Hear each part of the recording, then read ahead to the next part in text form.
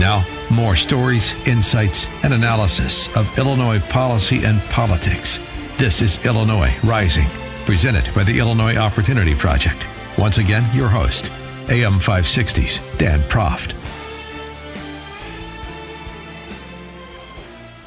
Dan back with Brian on this edition of Rising. And Brian, the papers that we do together, Chicago, one of them, Chicago City Wire, did a fun little analysis of the Chicago/Illinois Political Press Corps' voting history prior to the Tuesday election just passed.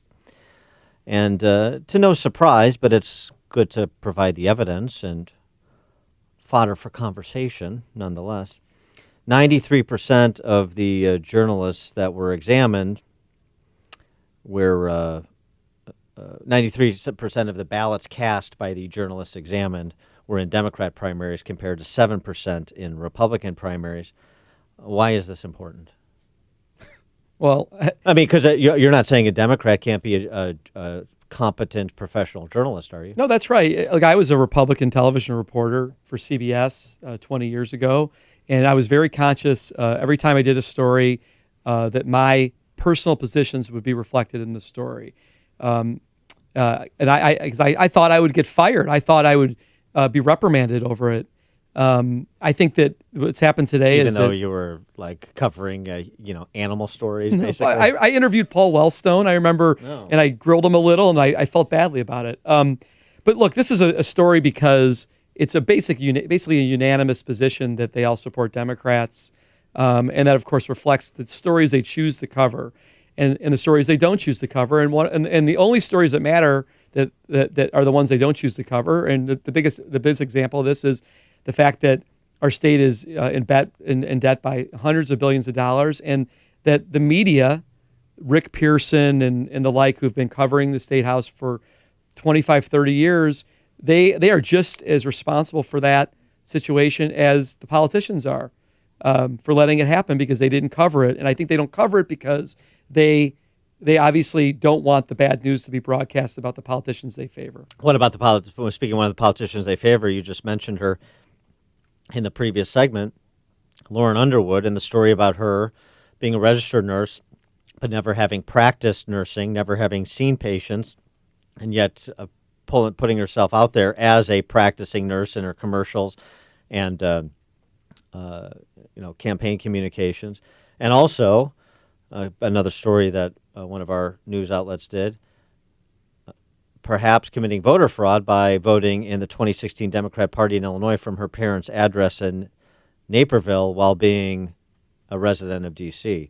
Those stories were not covered by the by the Chicago Press Corps, an extension of the D.C. Press Corps, until we published ours. Right, and it's not like they were hard to find. I mean, it took looking at her LinkedIn page to figure out that she wasn't an actual practicing nurse and that she had made it all up.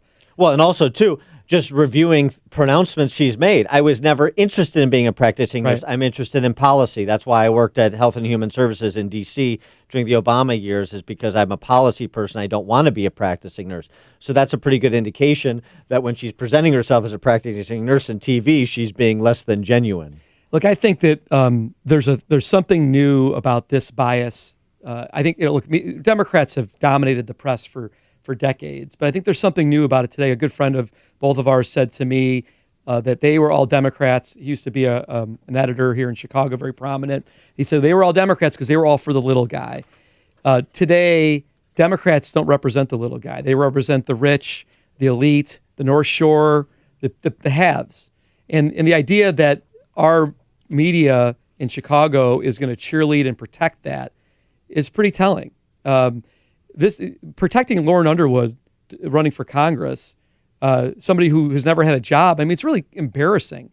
And there were several candidates like this, candidates who'd never had a job who were running for office, and they're going to go out and overtly protect her. I mean, this story was pitched to them, and they didn't want to cover it. How about this? How about Chicago Tribune Ed Board that routinely opines against Mike Madigan, Cullerton, and decries the financial state of affairs in the state of Illinois, in the city of Chicago?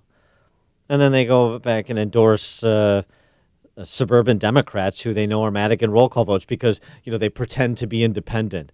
They endorse property tax appeals attorney Bobby Martwick on the Northwest Side, who's just another scion of a lower-level Chicago crime family than the Madigans and the Cullertons and the other more well-known crime families. So, it's part and parcel of the same thing.